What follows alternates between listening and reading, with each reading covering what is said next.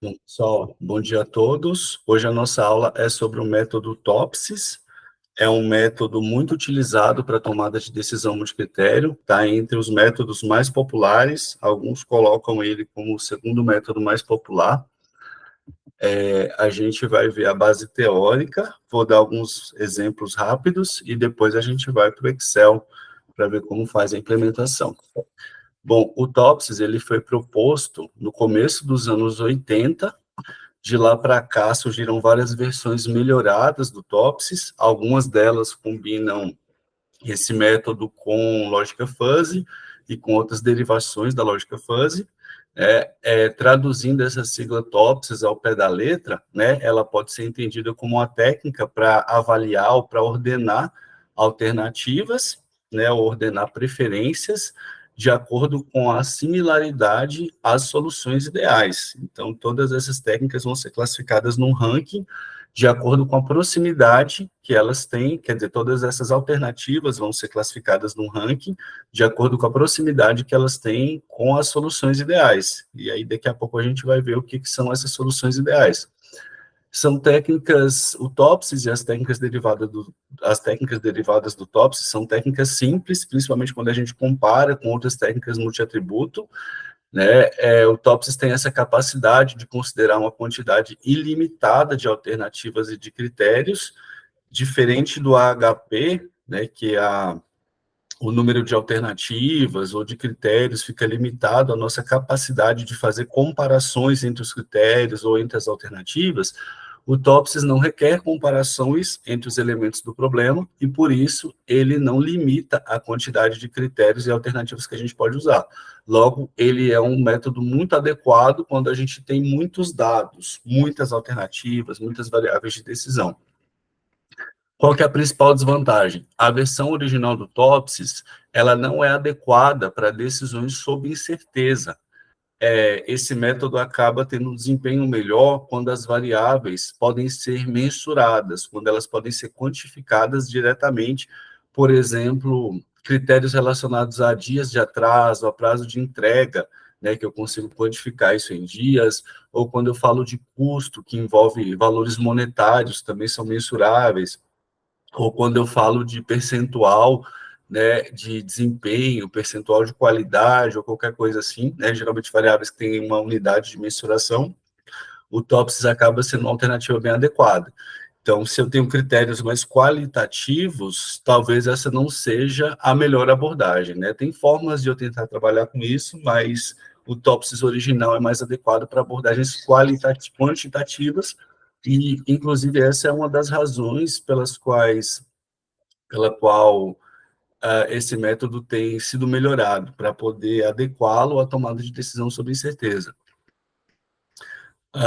O TOPSIS, ele também costuma ser bastante combinado com o método HP, que a gente vai ver na próxima aula, né, geralmente de forma sequencial. Às vezes a gente utiliza o HP para definir os pesos dos critérios, e na sequência o TOPSIS entra utilizando esses pesos calculados no HP, e incluindo também as pontuações das alternativas até chegar no ranqueamento.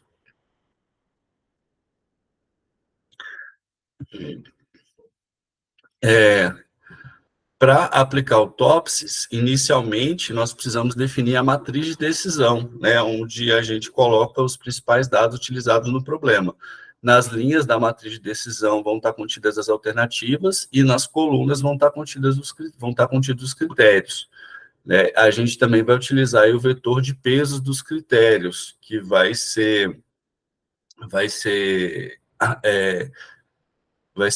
ponderar depois essa matriz de decisão, né? A gente vai pegar os valores dos pesos e vai multiplicar na matriz de decisão. Bom, sobre as escalas de julgamento, para pesos dos critérios, a gente pode usar valores entre 0 e 1, de modo que a soma desses valores dê 1, né, para os pesos dos critérios. E qualquer escala pode ser usada para a pontuação das alternativas. Então, como eu falei para você, se eu tenho lá um critério de qualidade, eu posso usar percentual; se eu tenho um critério 2 de custo, eu posso usar valor financeiro; se eu tenho um critério de prazo, eu posso usar dias, e eu posso ter diferentes escalas, então, em cada coluna. Não tem problema, porque nós teremos um procedimento de normalização que vai trazer esses dados para uma mesma magnitude, e com isso a gente vai conseguir operar entre os critérios.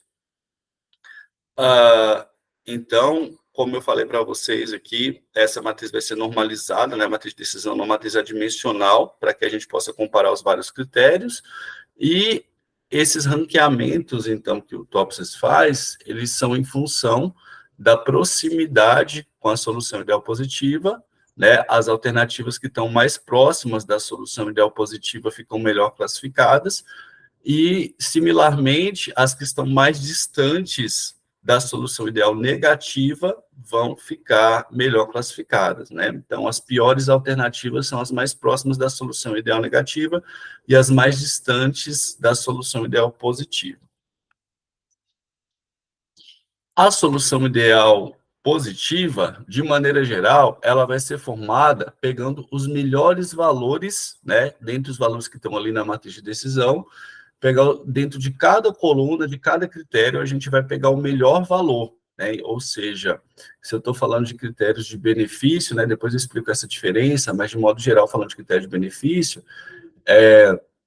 os maiores valores, as maiores pontuações, né, indicam o melhor desempenho, né, para aquelas alternativas. Então, a gente vai pegar aí o maior valor dentro de cada critério para compor a solução ideal positiva e o menor valor dentro de cada critério, né, as piores pontuações para compor a solução ideal negativa. Existe isso quando a gente fala nessa regra, ela vale para critérios de benefício, ou seja, critérios que quanto maior a pontuação daquele critério, melhor será para o fornecedor. Então, nesses exemplos que eu passei, qualidade, por exemplo, é um critério de benefício, né? Quanto maior, melhor. Já o critério preço, quanto maior, pior é, né? Se a gente está fazendo uma compra, está fazendo uma avaliação no mercado, um preço baixo é que seria o ideal. Então, logo na hora de eu compor a solução ideal positiva para o critério preço, né, eu vou ter que pegar aqui o menor valor, o menor preço, ele vai ser a solução ideal positiva, e o maior preço vai ser a solução ideal negativa. A mesma coisa com prazo de entrega. O menor prazo de entrega vai ser a solução ideal positiva, né, o menor valor, e o maior prazo de entrega vai ser a solução ideal negativa. Então, sempre que a gente for montar um processo decisório, a gente precisa verificar se esses critérios que nós estamos trabalhando ali são critérios de custo ou de benefício. Bom, então, uma vez que a gente define essas soluções ideais, nós vamos fazer alguns cálculos de distância, utilizando distância euclidiana, para ver como as nossas alternativas se situam em relação às soluções ideais, né? Quão próximas ou quão distantes elas estão.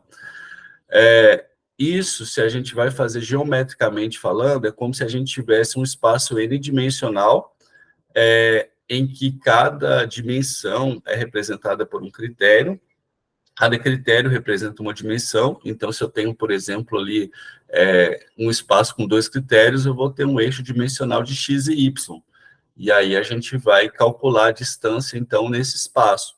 É algo muito parecido com o Teorema de Pitágoras, né? Em que a gente tem lá as distâncias representadas pelos catetos, né? Um em cada dimensão, um em x, outro em y, e a gente quer encontrar a menor distância entre 2 pontos ali. Para isso, a gente aplica o Teorema de Pitágoras, né? Aqui, essa distância euclidiana n-dimensional é o mesmo princípio, só que às vezes eu posso ter também 3 critérios, 4 critérios, por isso que ela se torna n-dimensional. Já a pontuação final do TOPSIS, né, ela vai ser dada pelo coeficiente de proximidade, cada alternativa vai ter um valor aqui de CCI, e quanto maior esse valor, mais perto de 1, quanto mais perto de 1, esses valores vão ser dados entre 0 e 1, quanto mais próximo tiver de 1, mais perto estará da solução ideal positiva, ou seja, a melhor é a alternativa. E quanto mais perto de 0, mais próximo ela estará da solução ideal negativa. Então, a alternativa perfeita vai ter pontuação 1, e a alternativa que é a pior em todos os critérios, ela vai ter pontuação 0, no final dos cálculos. Bom, agora a gente vai olhar mais de perto esse método para o entendimento ficar mais claro. Eu simplifiquei ele aqui em 5 passos. O primeiro, então, seria estruturar a matriz de decisão, em que a gente coloca as alternativas nas linhas e os critérios nas colunas. Definimos também aqui o vetor de pesos, né? Sempre que eu tiver essa nomenclatura aqui, eu estou falando que as alternativas, elas variam de 1 até n, né? Se eu tenho 10 alternativas, n é igual a 10, e I vai ser qualquer alternativa, uma alternativa genérica. Sempre que eu represento I, eu indico que aquele cálculo vai ser feito para todas as alternativas. A mesma coisa em relação a J, né? Os critérios podem ir até M, vamos supor que eu tenho 5 critérios, então M igual a 5. Sempre que eu quiser falar de uma operação genérica que acontece com qualquer critério, eu coloco J, né? Então, J vai de 1 até M, e I vai de 1 até N. Então, aqui a gente só coletou os dados, estruturou na matriz de decisão. Na segunda etapa, a gente faz uma normalização, né? Para cada valor que a gente vai dividir esse valor pela raiz da soma dos quadrados daquela mesma coluna, né? Notem que aqui eu estou variando de 1 a n, ou seja, eu só estou variando as alternativas. O meu J não varia, eu estou no mesmo J, ou seja, eu estou na mesma coluna, né?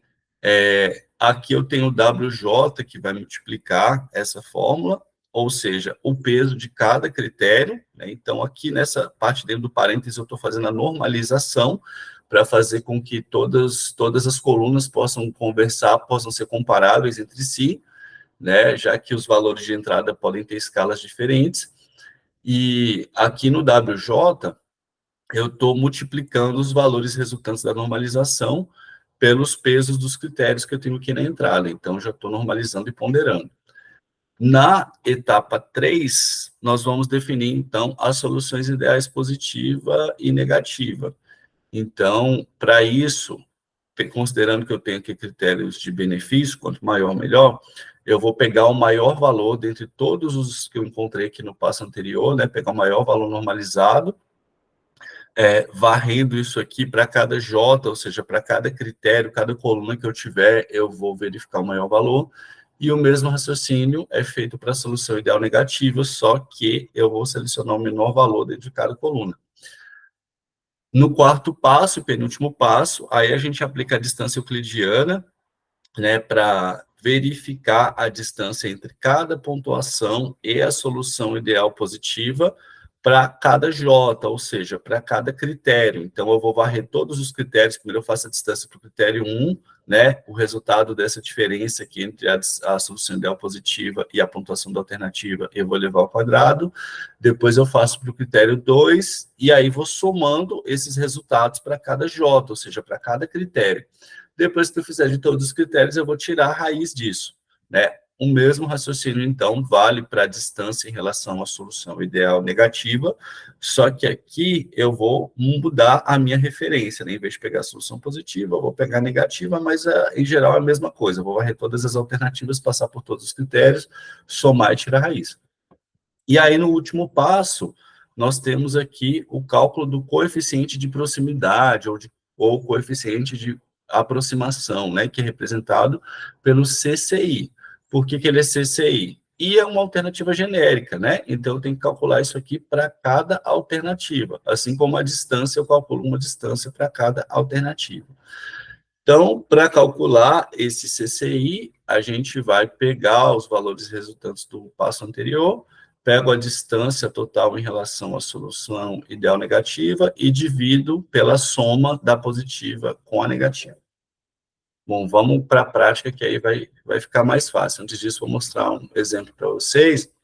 Esse é um caso real de uma aluna minha que fez TCC utilizando TOPSIS, e ela fez classificação de materiais utilizando aquela ideia da curva ABC, né? Não sei se vocês já viram aí, a gente usa bastante na área de gestão de estoque, de logística, tem um pessoal que faz segmentação de mercado também, segmentação de clientes, e utiliza. A ideia aqui nesse contexto de estoques é encontrar os itens que são poucos itens, mas que são muito importantes para a empresa, os itens que têm maior valor agregado, né? Ou porque eles têm muita saída, porque eles têm um preço mais alto, né? São os itens que merecem um cuidado especial. E aí a gente tem também a região B, que são os itens de importância média, aqui eu já tenho uma quantidade um pouco maior de itens e uma importância, né, um valor razoável, não tão alto, mas também não tão baixo. Já na região C, eu vou ter pelo menos a metade dos itens, né, do estoque, em grande quantidade de itens, mas que são bem menos importantes. Aqui, geralmente, quando a gente tem lá na indústria, são porcas, parafusos, coisas que eu não preciso necessariamente contratar sempre de um mesmo fornecedor. Então, isso aqui é muito útil para a gente distinguir os nossos itens e dar o tratamento adequado de acordo com as especificidades de cada um, até pensando na política de reabastecimento desses itens, né, de recompra para repor o estoque. Então, nesse caso aqui, a gente tinha mais de 1.000 itens no estoque, né, pegamos esses valores lá do sistema da loja de autopeças, uma empresa comercial de autopeças, e a gente considerou, então, esses critérios aqui, de valor total vendido, né, o lead time do pedido e a disponibilidade. Nesse caso, a gente não considerou o preço, né, esses critérios eles podem ser definidos de acordo com a necessidade aí da empresa, de acordo com a forma como ela trabalha. Como a gente estava pensando aqui na questão do reabastecimento, então a gente colocou o lead time, ou seja, qual que é o tempo que demora para o pessoal entregar para a gente esses produtos em cada caso, e a disponibilidade de fornecedores no mercado. Então, nós fizemos aqui a matriz de decisão, aqui só tem 5 itens, né? Porque, como eu disse, são milhares. E, nesse segundo passo, os valores já estão normalizados, né? E ponderados. Aqui, no terceiro passo, né? No segundo, a gente já normalizou e ponderou. No terceiro, a gente definiu os valores das soluções ideais, positiva e negativa.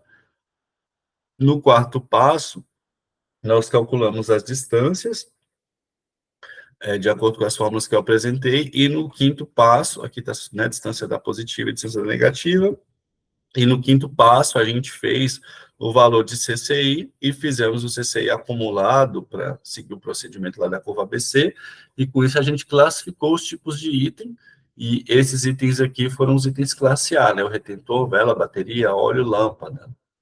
Esses itens, então, são os itens que devem ser reabastecidos sempre que eles forem vendidos, porque a gente tem uma maior demora, né, nesse reabastecimento, e também são itens que têm muita saída.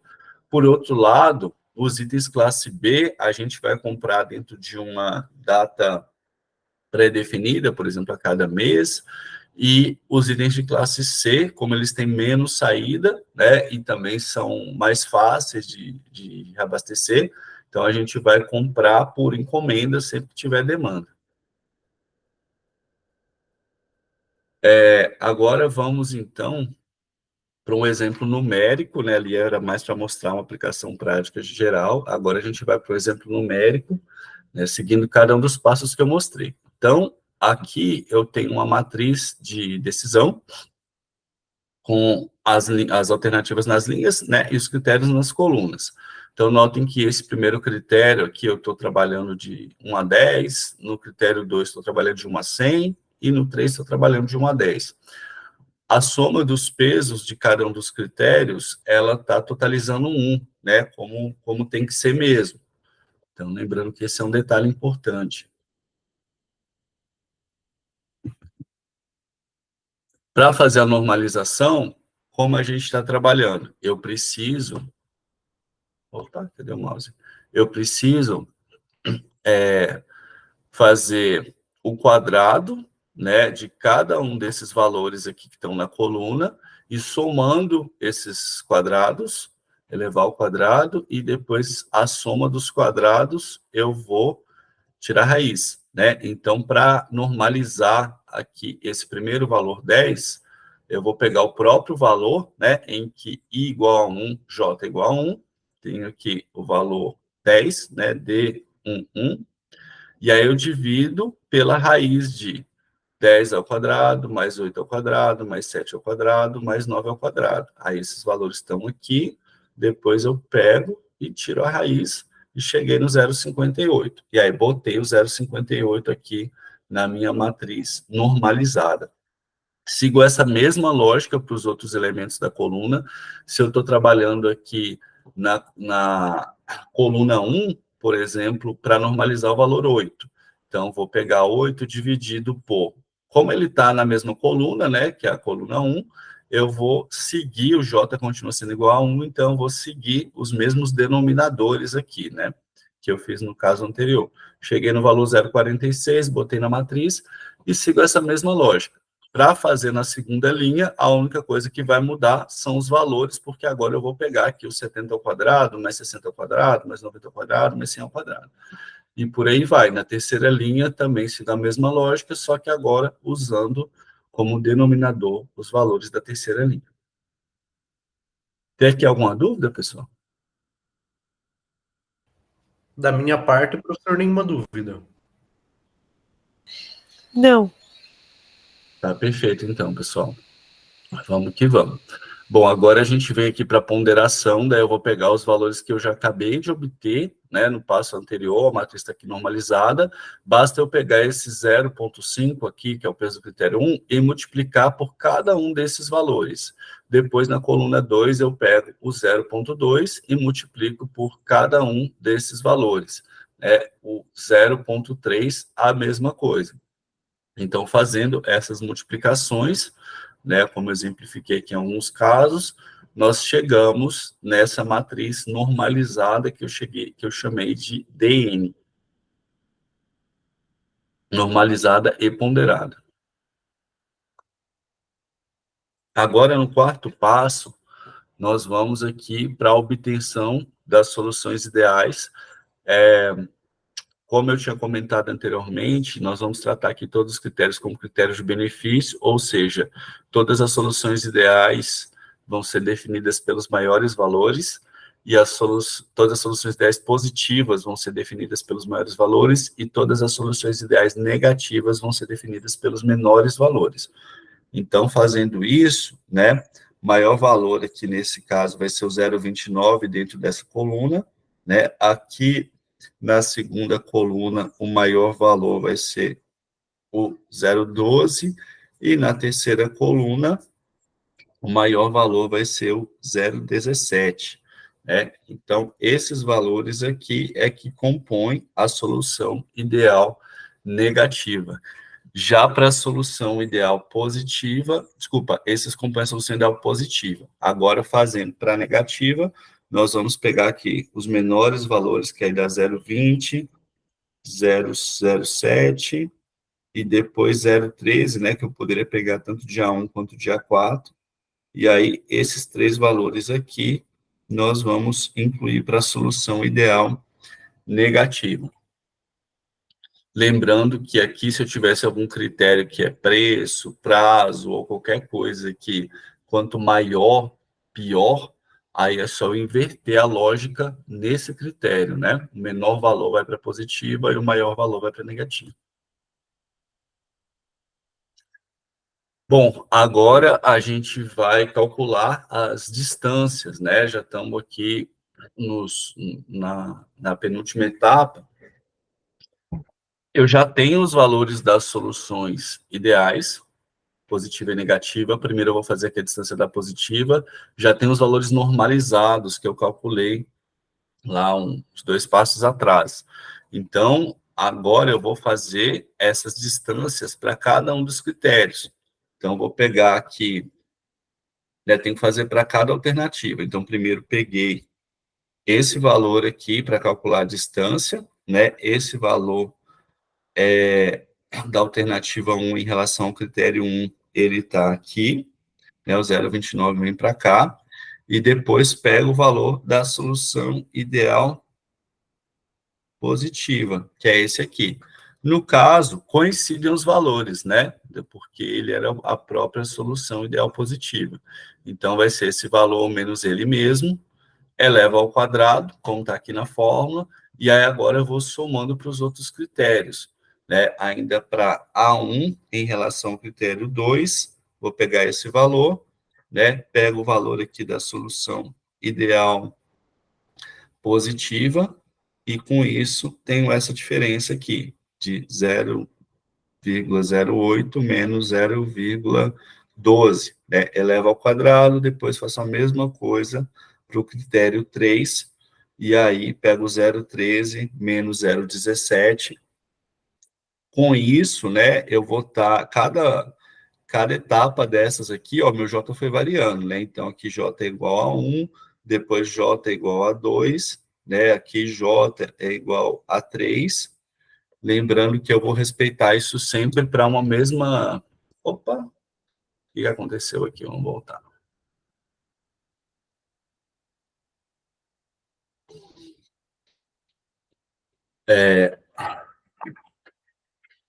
Então, fiz tudo isso aqui para i igual a 1, ou seja, para a alternativa 1. Depois vou fazer a mesma coisa para i igual a 2, para a alternativa 2. Sigo os mesmos passos que a gente fez aqui para 1, uso essa mesma referência de solução ideal, só que agora eu vou pegar essa linha como referência. Não esquecer que no final dessa etapa a gente tem, então, que somar todas essas diferenças elevadas ao quadrado e tirar a raiz. Com isso, o valor resultante aqui para essa distância de A1 em relação à solução ideal positiva vai ser de 0,05 e para A2 vai ser de 0,07. Bom, para calcular em relação à solução ideal negativa é a mesma coisa, né? Só que agora a nossa referência é outra, né? Aqui, então, vou pegar a própria pontuação normalizada, né, os mesmos valores que eu peguei ali na outra etapa, da matriz de decisão normalizada e ponderada, a distância desse valor em relação a 0,20. Depois, esse valor aqui em relação a 0,07, né, que vem para cá, esse aqui vem para cá, e esse último valor do critério 3. Fazendo o mesmo procedimento, eu chego em 0,08, depois pego a segunda linha como referência, né, e faço os mesmos procedimentos, usando aqui a solução ideal negativa, com isso vou chegar em 0,03. E aí, por último, esses valores que eu acabei de obter aqui no penúltimo passo, eu vou trazer eles aqui para fazer uma soma, né? Vou somar, vou pegar o valor da distância em relação à solução ideal negativa para cada alternativa. No caso, para 1, eu vou pegar esse valor, né, dividido por esse valor mais esse valor, né, que é o que está aqui, a distância da positiva mais a distância da negativa, isso para cada i, né? Então, aqui fiz para i1, i2, i3, i4, e aí, fazendo essas somas, eu chego nessas pontuações aqui, né, que o menor valor o maior valor é 0,63, ou seja, A1 ficou em primeiro lugar, e o pior valor é 0,30, ou seja, A2 ficou na última colocação aqui do nosso ranking. Então é isso, pessoal, é um método bem simples, né, mas aí a gente tem que treinar um pouquinho. Agora vamos fazer na planilha. Eu deixei essa planilha disponível lá no Google Classroom para vocês utilizarem, né? Tem uma parte em branco para a gente fazer aqui na aula, e já tem uma outra aba que está com os valores do exercício aqui, né? Para ficar de exemplo. Bom, nesse caso aqui, nós temos dois decisores. Quando eu coloco aqui o DM1, né? Eu quero dizer de Decision Maker, aqui eu tenho dois tomadores de decisão, duas pessoas que atribuem pesos aqui para essa situação. Então, essa primeira pessoa atribuiu esses valores de pontuação para as alternativas, atribuiu esses pesos para os critérios, né, enquanto o decisor 2 trouxe essa matriz. Tem dois detalhes aqui que precisam ser corrigidos nessas matrizes. Quais são, pessoal?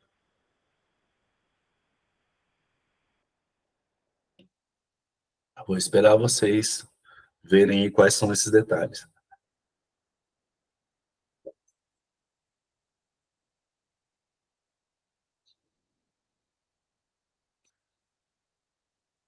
Vocês não pegaram?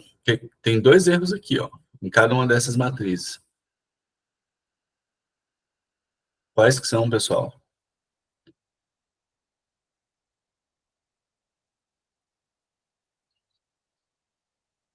Assim fica difícil, vocês estão parecendo a graduação, o que é isso? Não interage. Mas vamos lá. Ó, vocês lembram que nas linhas a gente coloca as alternativas e nos critérios a gente coloca as colunas? Então, do jeito que está aqui não está legal. Se você dispõe os dados assim, você estaria ranqueando os critérios. Quem vai ser ranqueado é quem está na linha e não quem está na coluna, né? Então, precisa inverter, né? Colocar aqui essas linhas, essas alternativas nas linhas e os critérios nas colunas. O segundo detalhe é que a soma dos pesos dos critérios, né, ela precisa totalizar 1. E aqui eu já estou distribuindo os valores, né, entre 0 e 1, a soma está dando maior que isso, então a gente precisaria normalizar também. Então, só chamando atenção para isso, daí lá no Excel a gente corrige. E vamos fazer, então, lá no Excel exemplo, e fica como atividade para vocês entregarem, né, não na semana que vem, na outra, uma aplicação simulada do TOPSIS, né? Vocês vão escolher um problema de seleção de alternativa, ou de ordenação, ou de categorização de alternativa, né? Que são conceitos que eu expliquei na aula passada, e vão definir esses critérios, vão definir um problema e vão definir os critérios com base na literatura, né? Tem bastante coisa aí na teoria para vocês se basearem. Eu gostaria que vocês colocassem a referência também, e vocês podem utilizar critérios de benefício e de custo, tentem escolher aí pelo menos um de cada, e usar no mínimo 5 critérios no total, e no mínimo 5 alternativas no total. Vocês podem estimar os valores de peso, estimar as pontuações das alternativas, não tem problema, né? Um exercício simulado, e aí vocês podem usar essa planilha de template, essa planilha que eu vou passar agora. E essas aqui são as leituras complementares dessa aula. Tem um trabalho meu que eu fiz no final do mestrado, de comparação entre o TOPSIS e o Fuzzy TOPSIS, né, mostrando algumas das características de ambos os métodos, que eu recomendo para leitura. E esse trabalho tem em português, né, então é um pouco mais fácil de entender. Assim, com isso, vocês já começam a ter algum contato aqui com o Fuzzy TOPSIS, que é um conteúdo que a gente vai ver mais à frente, mas por hora só precisa entender mesmo o TOPSIS. E tem aqui outros estudos de revisão da literatura sobre aplicações do TOPSIS, né, para vocês verem a diversidade de métodos que existem, a ampla aplicabilidade desse método. Bom, agora eu vou fechar aqui.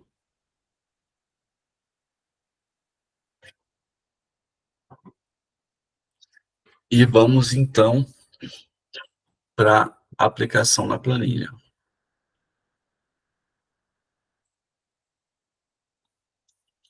Bom, então aqui eu tenho as alternativas nas linhas e os critérios nas colunas, né? Eu teria que fazer uma inversão em relação ao que está lá nos slides. Então, lá, tudo que está numa coluna vai virar linha, né? Porque cada alternativa lá está numa coluna, então eu vou pegar os valores assim e vou transpor eles aqui nessa matriz, né? De maneira geral.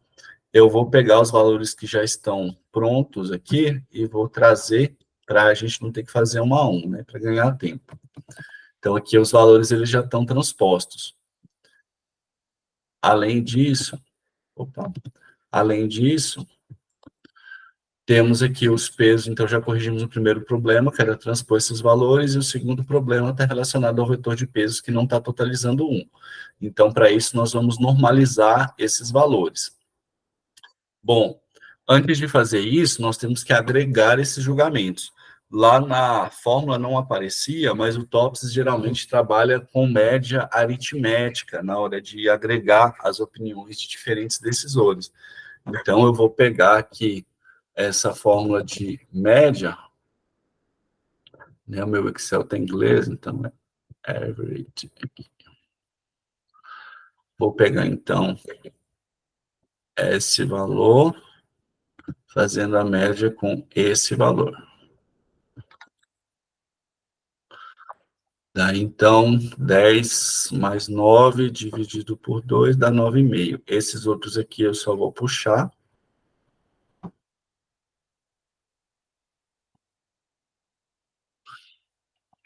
Então, com isso, a gente tem a média também dos pesos, né? Bom, agora a gente precisa normalizar. Esse procedimento de normalização, ele é bastante utilizado em tomada de decisão multicritério. Tem várias formas de você normalizar os dados, né, para conseguir uma distribuição de valores que seja mais adequada ali para algum propósito. Aqui, nesse caso, nós vamos normalizar pela soma. Quando eu normalizo pela soma, daí eu garanto que a soma de todos os valores resultantes da normalização totaliza 1, que é o que a gente precisa. Se eu normalizo pelo maior, então o critério de maior peso ia ficar com 1 e os outros iam ter valores derivados aí dessa escala, valores mais baixos que isso. Então, para a gente fazer a normalização, vou pegar o próprio valor e dividir pela soma de todos os valores que estão aqui presentes. E aí eu vou aproveitar e travar a coluna, colocar aqui um cifrão antes do N e antes do Q, para que eu possa arrastar aqui as células no Excel e ter esse cálculo automático para as demais, né? Então, aqui a gente já tem todos os pesos normalizados, vão ser esses pesos que a gente vai usar no final das contas. E aí, só para conferir, né, a gente pode pegar aqui e fazer a soma. E é a soma desses pesos dos critérios, então totaliza 1. Pois bem, agora vamos aqui para a matriz normalizada. Então, para fazer a normalização, eu tenho que pegar o próprio valor e dividir pela raiz, né, que aqui no Excel inglês a gente usa de SQRT, da soma dos quadrados. Eu poderia pegar cada um desses valores aqui, pegar esse, né, vezes ele mesmo, ele elevado ao quadrado, mais o de baixo, elevado ao quadrado, mais esse outro elevado ao quadrado, e assim vai. Só que, como eu quero agilizar aqui para a gente não ficar fazendo isso tão na unha, eu vou colocar uma fórmula pronta, que é essa aqui, né? Sum S Q, que aí ele vai fazer a soma dos quadrados. Então, basta eu pegar esses valores. Então, primeiro ele vai fazer aqui a soma dos quadrados, depois ele vai tirar a raiz, como tem lá no nosso primeiro cálculo, a primeira fórmula do Topsis. Aqui eu vou ter que arrastar para baixo. Então, a minha linha de referência para fazer o cálculo do denominador, ela pode descer também. E aí, para evitar isso e para facilitar aqui a nossa manipulação, eu vou travar antes da numeração, ou seja, antes da linha. No anterior eu travei a coluna, né? Aqui estou travando linha. Aí, com isso, eu posso puxar para cá e para cá, sem prejudicar os meus cálculos, né? Aqui, ó, bate com o nosso gabarito. Agora, faremos o seguinte, vamos pegar o próprio valor que a gente acabou de normalizar e multiplicar pelos pesos dos critérios. Então, se aqui eu estou trabalhando na coluna 1, eu vou pegar o peso do critério 1, peso que já está normalizado. Para fazer para os outros, eu vou usar a mesma ideia, só que aí eu preciso travar esses pesos aqui em relação à linha, porque eu vou puxar isso aqui para baixo, né? E aí, se eu puxar para baixo, pode ser que ele vai mover aqui também, pegando a linha de baixo como referência, que é uma linha que tem branco. Então, nós vamos travar a linha 10 dos pesos dos critérios, e das pontuações eu não vou travar não, porque eu tenho que varrer todas as pontuações. Aqui basta eu puxar para cá, ele já vai estar pegando aqui, por exemplo, né, o C4 como referência, o critério 4, peso do critério 4. Faço assim. E aí, mais uma vez, está aqui batendo com o nosso gabarito. Agora, indo para a terceira etapa, nós vamos fazer o seguinte.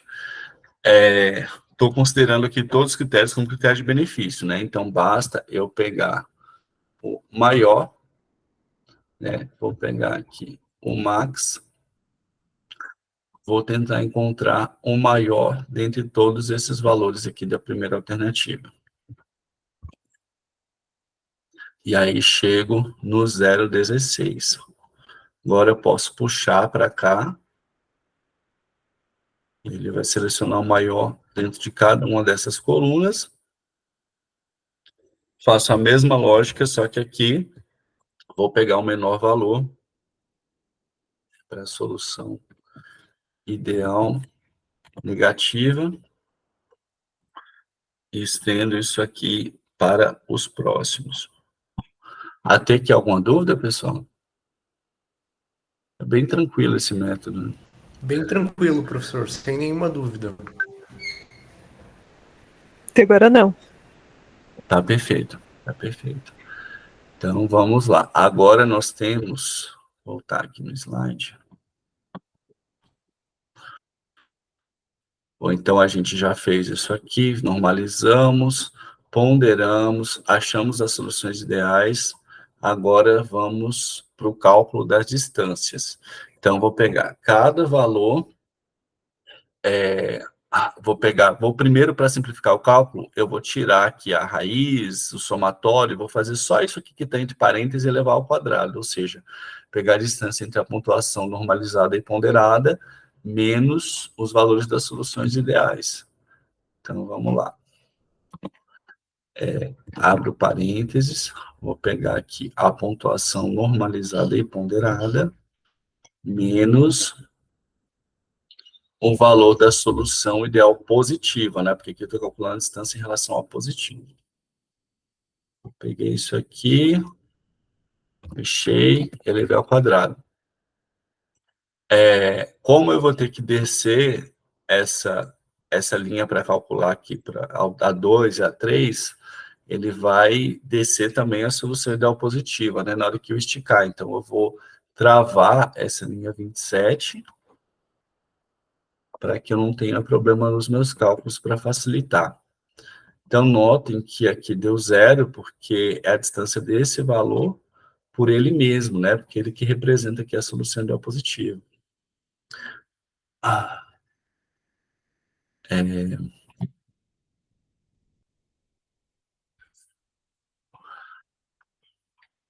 Então, vamos conferir aqui. Acho que eu travei errado, né? Eu travei antes era para eu travar o 27, eu coloquei o cifrão no lugar errado, ó, pessoal. Porque eu travei a coluna sem querer. É para travar a linha. Agora sim. Agora sim, tá certo.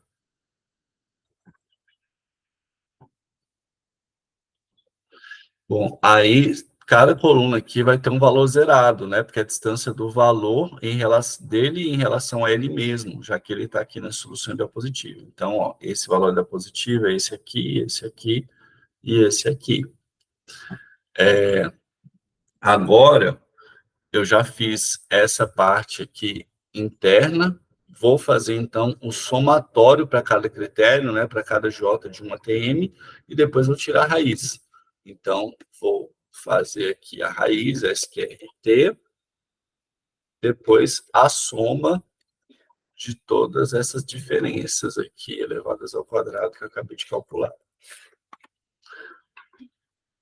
Posso só puxar para baixo. Agora vamos fazer a mesma coisa, só que usando os valores da negativa. Então, vou pegar os valores normalizados e ponderados, menos o valor aqui em relação à solução ideal negativa, pego essa diferença e levo ao quadrado, tenho que travar essa linha, então vou travar aqui 27.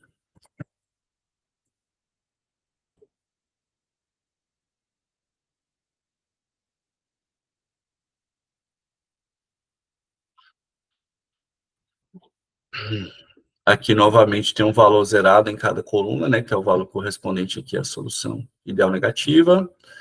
E, para finalizar esse passo, então, vamos fazer o quadrado, né, pegar a soma e dar todo o valor da linha.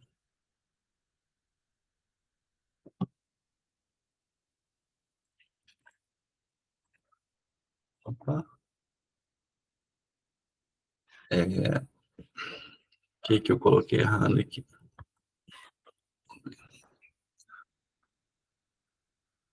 Eu devo ter, não, acho que faltou um parênteses, né? Agora tá certo. Bom, vamos fazer aqui para o restante.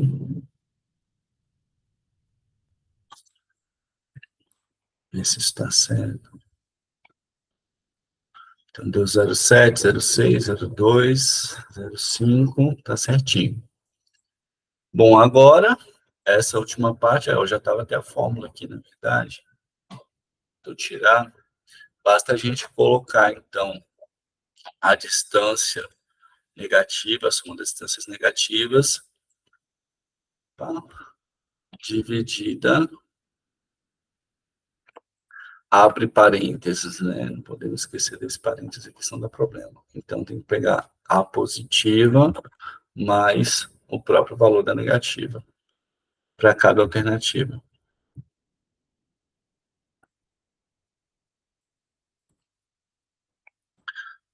E chegamos nesse ranking, então, que mostra que a 3 é a melhor alternativa, né? E a 1 é a pior alternativa. Como eu tinha comentado com vocês, quanto mais próximo a alternativa tiver da solução ideal, ela vai chegar aqui no valor 1, no resultado final. E quanto mais próximo tiver da solução ideal negativa, ela vai chegar em 0. Vamos fazer um teste, então, com essas alternativas. Eu vou pegar esses valores que estão aqui, né, já agregados, e vou fazer uma alteração direta neles. Então, por exemplo, a 3, ela estava ali com a minha melhor pontuação, né, mas eu quero transformar ela na solução ideal, quero ver como é que ela fica ao receber a melhor pontuação em todos os critérios. Então, nesse caso aqui, eu vou jogar 9,5, porque ela vai empatar ali com a 1. Nesse caso aqui, eu vou jogar... É a 3, né, que é a nossa melhor, isso. Nesse caso aqui, a gente vai fazer 9,5 também, que ela fica com maior valor, aqui ela já está com maior valor, e nesse último critério, ela vai ficar com 9. Então, notem que ela está empatando aqui, mas ela não deixa de ter a melhor pontuação em cada critério. Aí, olhando aqui embaixo, ó, vejam que a pontuação foi para 1, né, que é o limite. E esse mesmo raciocínio, então, posso fazer com a 1, vou pegar e colocar a pior pontuação em cada critério, então vai ficar com 8,5, 8, aqui eu vou baixar para 6,5, e essa última aqui, ela já estava com 5,5. Então, com isso, a pontuação final foi para 0. Acaba que é um método que ajuda bastante a gente a fazer benchmark. Se vocês fossem usar uma abordagem mais simplificada, de fazer uma média ponderada ou qualquer coisa assim, você não ia conseguir ter esse referencial de como uma alternativa se situa em relação ao todo, de como ela se situa em relação às opções que a gente tem, né? Então, o TOPSES acaba tendo bastante utilidade em determinados contextos, até pela forma que essa saída é calculada, né? Pela forma que essa saída ela é distribuída. A gente consegue ter um referencial em relação a como cada alternativa se situa no todo, né? Bom, pessoal, então aqui é isso. Eu vou finalizar a gravação agora para a gente conversar sobre as atividades.